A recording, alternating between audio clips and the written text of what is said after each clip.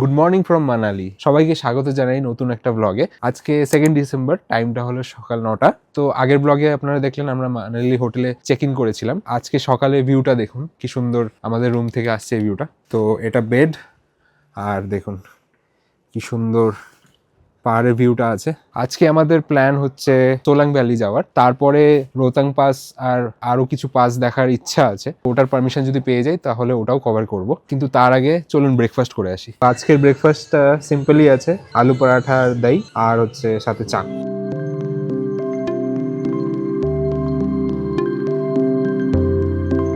আমাদের ব্রেকফাস্ট ডান।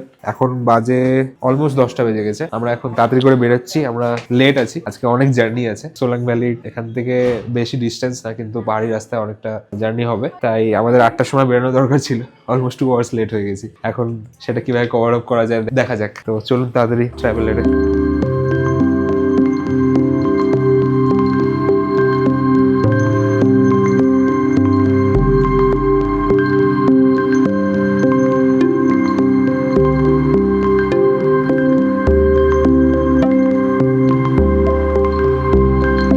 এখন বাজে 11টা। আমরা একটা জায়গায় থামলাম, এখান থেকে কিছু স্নো কস্টিউম নেওয়ার প্ল্যান আছে। পিছনে আমার খুব ভালো একটা মাউন্টেন রেঞ্জ দেখা যাচ্ছে।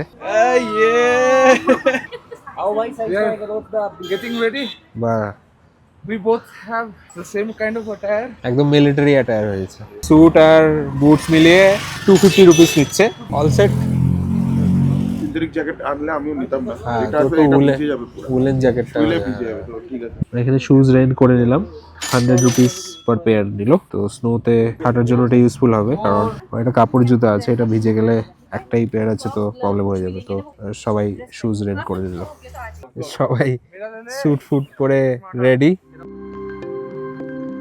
সোলাং ভ্যালি ঢুকতে ঢুকতেই চারিদিকের দৃশ্যটা একদম পাল্টে গেল। বরফে ঢাকা সাদা পাহাড়গুলো যেন চোখের সামনে চলে এসছে।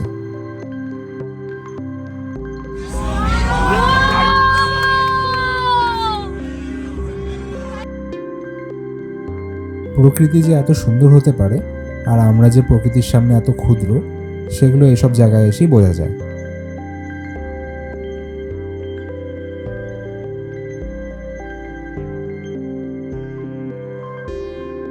এই আঁকাবাঁকা রাস্তা দিয়েই আমরা গ্রামপুর দিকে আগাতে থাকলাম।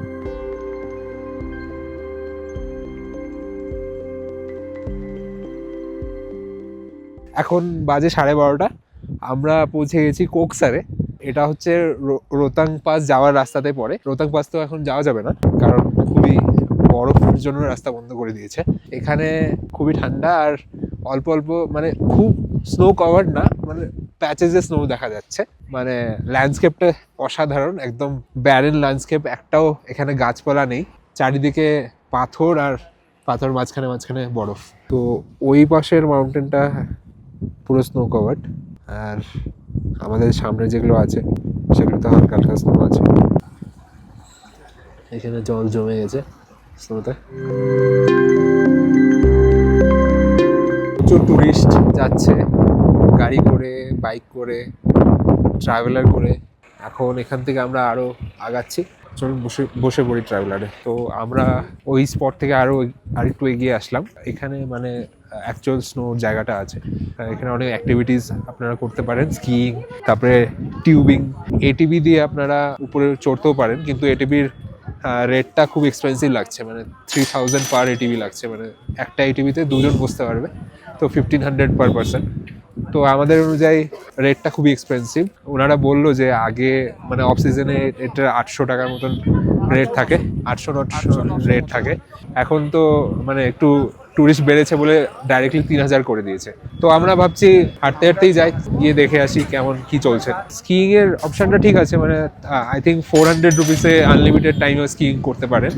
তো ওটা আমাদের অপশনটা ঠিক লেগেছে, তো মেবি ওটা পরে করব। এখন জাস্ট একটু এক্সপ্লোর করে আসছি, দেখে নিচ্ছি কোন জায়গায় বেশি স্নো আছে, তারপরে আপনাদেরকে আপডেট দিচ্ছি। এটা হচ্ছে লাস্ট পয়েন্ট যেখানে গাড়ি আসে, এর উপরে আর গাড়ি অ্যালাউড না, এখান থেকে হেঁটে বা এটিভিতেই যেতে হয়। তো এই যে সামনে দেখতে পাচ্ছেন এটিভিগুলো, আপনারা রেন্ট করলে এখান থেকে সেটা স্টার্ট হবে। আর ওনারা বলছেন যে 5 থেকে 7 কিলোমিটার উপরে এটিভি নিয়ে যাবে আমাদেরকে। ভিউ তো জবরদস্ত আছে একদম, এখানে একদম পুরো স্নো মাউন্টেন দেখা যাচ্ছে।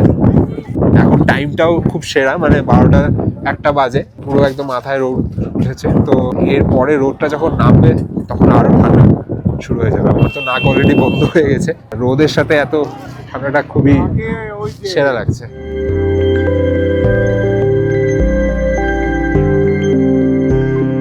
অল সেট অ্যাস্ট্রোনট, এই পিছনে অ্যাস্ট্রোনট, সামনে প্যারামিলিটারি। আমরা সবাই হেঁটেই যাচ্ছি, এখানে রোডটা তো ভালোই আছে, যতদূর যাওয়া যায় হাঁটতে তো আমার সেরা লাগছে।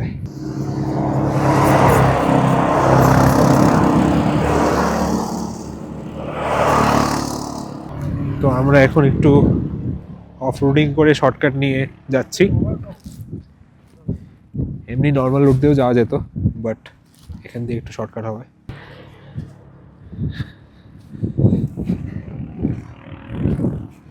আমাদের হালকা ট্রেকিং এক্সপিরিয়েন্স।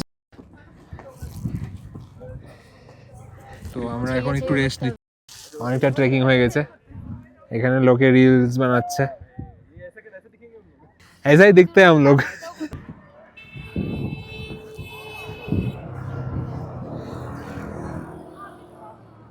এখানে আমরা বুঝতে পারলাম এটিভিটা পুরোটাই স্ক্যাম।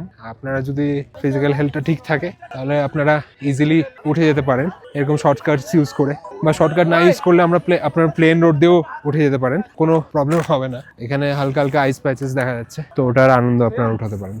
এখানেও লোকে গার্বেজ ফেলিয়ে রাখছে, তো প্লিজ আপনারা আসলে এই এত সুন্দর লোকেশনে প্লিজ লিটার করবেন না, এটা এনভায়রনমেন্ট পক্ষে খুবই খারাপ।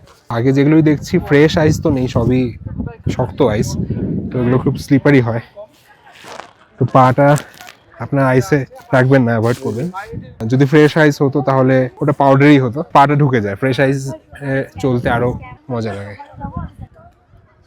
এই সাইডের রোডটা খুব সুন্দর লাগছে দেখতে। টুরিস্ট কিন্তু আছে প্রচুর, ভর্তি টুরিস্ট আছে। তো আমরা এখন চানা খাবো, চানা আর ভেল। বরফের মধ্যে চানা কেমন লাগছে? দারুন দারুন দারুণ। ওয়াও, এটা কি দিয়ে বানাইছে? মুড়ি, ঝালমুড়ি আর কফি খাচ্ছি, দুটোই এই ওয়েদারে সেরা লাগছে। ঝাল ঝাল আর এটা কারেক্ট কফি একদম। ये जो मोटर बाइक जाती है वो बर्फ तक ले जाती है ये ऐसे सर ऐसे ही बर्फ है ना ঠিক আছে এখন মজা পাইলাম ইয়ে আমাদের সাথে স্ক্যাম হয় নাই, স্ক্যাম কনফার্ম গাইস, মানে আমরা স্ক্যামে ফাঁসি নাই। হ্যাঁ এরকম আইসি আছে, স্নো তো নেই কোনো জায়গায়, তো উপরে গিয়েও আমরা সেম জিনিস পেতাম, এখানে ঠিক আছে। তো ওখানে সব জায়গায় স্লিপ করছে। অ্যাক্টিভিটিস গুলো হচ্ছে এই যে এখানে টিউব, আর এই পাশে আপনারা স্কিইং এর স্যুট পরে লোকেদের দেখতে পারেন। তো এটা মানে অ্যাকচুয়ালি ম্যানমেড তৈরি, আর্টিফিশিয়ালি বানানো রয়েছে, এখানেই স্কিইং আপনারা করতে পারেন। তো আমাদের তো অতটা ওয়ার্থিক লাগছে না দেখে। তো এখানে সবাই এখন আমরা একটু ফটোশুট করছি, স্নো ছোড়াছড়ি করছি, ভালোই লাগছে। আর কিছুক্ষণই থাকবে এই রোডটা, তারপরে রোডটা নেমে পড়লে টেম্পারেচার একদম ড্রাস্টিকলি কমে যাবে। তো ওই টাইমটারই অ্যাডভান্টেজ নিচ্ছি আমরা। ভালোই লাগছে জায়গাটা।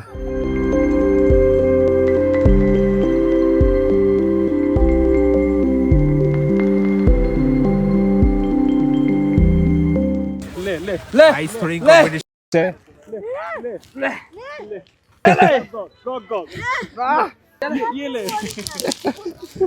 এই দেখ বিক্রম, এটা রেডি করছি, এটা শেষ নিদ্রা খাবে এটার। বিনায়ক এসআরকে পোজ দিচ্ছে, পাহাড়ের সামনে এসআরকে পোজ। এখন বাজে 3:30, আমরা ফটোশুট করলাম, ঝালমুড়ি খেলাম, কফি খেলাম, বরফে একটু খেললাম। এখন আমাদের যাওয়ার পালা। আমার ফোনে ব্যাটারি পার্সেন্টেজ 4% হয়ে আছে। এটা হয়তো লাস্ট শট ট্রাভেলার যাওয়ার আগে অবধি। ট্রাভেলারে ঢুকে আমরা মানালি ব্যাক করব। মুখটুক জমে গেছে, হাত জমে গেছে। এই জুতোটা খুবই বাজে জুতো, পাটা খুব জমে যাচ্ছে, দাঁড়ানো যাচ্ছে না। এইভাবেই এই কন্ডিশনেই আছি। চলুন মানালিতে দেখা হচ্ছে।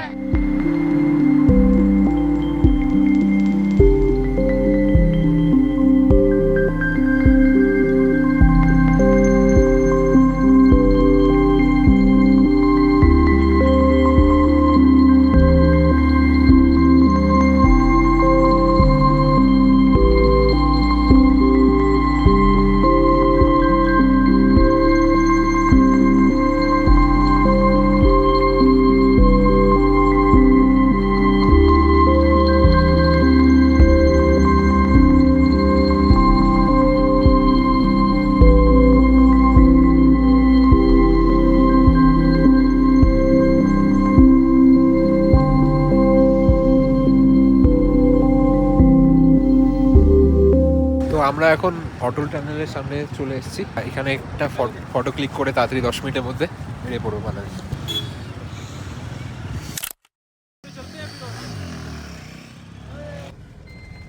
এই হচ্ছে সেই বিখ্যাত অটল টানেলের এন্ট্রান্স, যেটা মানালি আর কেলংকে কানেক্ট করে। 9 কিলোমিটার ডিস্টেন্সের এটা বিশ্বের সবচেয়ে লম্বা সিঙ্গেল টিউব টানেল, যেটা 10,000 ফিটের উপরে তৈরি। যেই ডিস্টেন্সটা কভার করতে আগে 6 ঘন্টা লাগতো, এই টানেলের জন্য সেটা আধা হয়ে গেছে। এই টানেল আমাদের দেশের একটা ইঞ্জিনিয়ারিং মার্ভেল বলতে পারেন। টানেল ক্রস করতেই এরকম অপরূপ সুন্দর দৃশ্য আপনারা দেখতে পারবেন। সানসেটের সময় এই কমলা রঙের মেঘগুলো আপনাদের নিশ্চয়ই মুগ্ধ করে দেবে। কোনো ক্যামেরাই এই দৃশ্যকে জাস্টিস করতে পারবে না, তাও আমি ট্রাই করলাম এই মুহূর্তটা ক্যাপচার করে রাখার।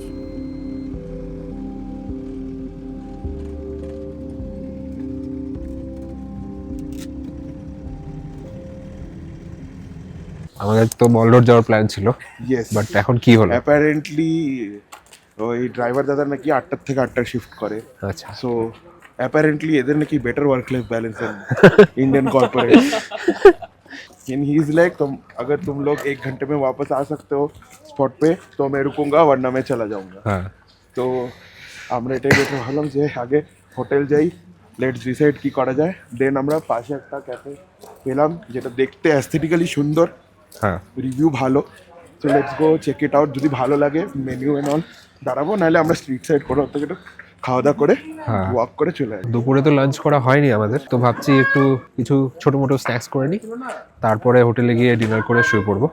কালকে আমাদের ধর্মশালার প্ল্যান আছে, যেটা আমাদের সকাল সকাল বেরোতে হবে। কালকে পুরো দিনটাই জার্নি বলতে পারেন, একদম রাত্রে আমরা ধর্মশালা পৌঁছাবো। মাঝখানে কিছু কিছু স্পটস আছে, চলুন কোনো একটা ক্যাফে দেখে ঢুকে পড়বো। ফ্যাট প্লেট বলে একটা রেস্টুরেন্টে আসছি, খুবই সুন্দর অ্যাস্থেটিক রেস্টুরেন্ট, খুবই সুন্দর রেস্টুরেন্টটা শ্রেয়াম চুজ করেছে। Shreyam, good choice. Up until now খাওয়া দাওয়া করিনি, ঠিক আছে, অ্যাস্থেটিক তো ফাইন। ঠিক আছে, থ্যাংক ইউ। হ্যাঁ, আমরা প্রায় 10 মিনিটের ওয়াক করে এসেছি এখানে। তো এখানে আমরা ডিশ সিলেক্ট করছি।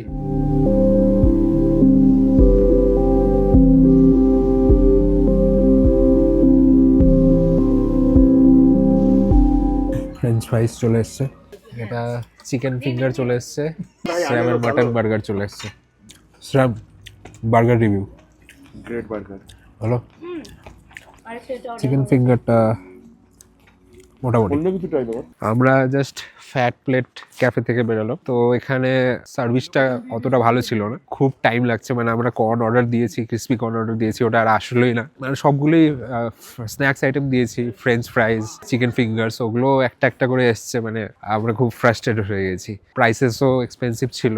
ক্যাফের অ্যাস্থেটিকটা ভালো ছিল, খারাপ না, জাস্ট এটাই রিভিউ, একটু ডিসঅ্যাপয়েন্টেড আছি। তো এখন আমরা হোটেলে চলে এসেছি ডিনারের জন্য। দেখি আজকে মেনুতে কী কী আছে। কড়াই পনির, ডাল আর রাইস, আর রুটিও আছে হয়তো। আমাদের ডিনার কমপ্লিট। আজকের ব্লগটা এখানেই শেষ করছি। আপনাদের কেমন লাগলো সেটা কমেন্ট সেকশনে জানান, আর আমার এই ভিডিওটা লাইক আর শেয়ারও করে দিন, আর আমার চ্যানেলটা সাবস্ক্রাইবও করে দিন। কালকে আমাদের গোটা দিনটাই ট্রাভেল হবে, ধর্মশালা আমরা যাচ্ছি, তো সকাল সকাল এখান থেকে বেরোতে হবে। এই হোটেলটা আমরা চেক আউট করছি। মানালিতে আরেকদিন হলে ভালো হতো। হ্যাঁ, একদিনই তো পেলাম। হ্যাঁ, মাইল রোডের প্ল্যান ছিল কিন্তু ওটা হলো না, তার একদিন হলে ভালো হতো, বাট কোনো আর অন্য দিন হবে। এবার নেক্সট ভিডিও ধর্মশালাতে দেখবো আমরা। তো টাটা, বাই।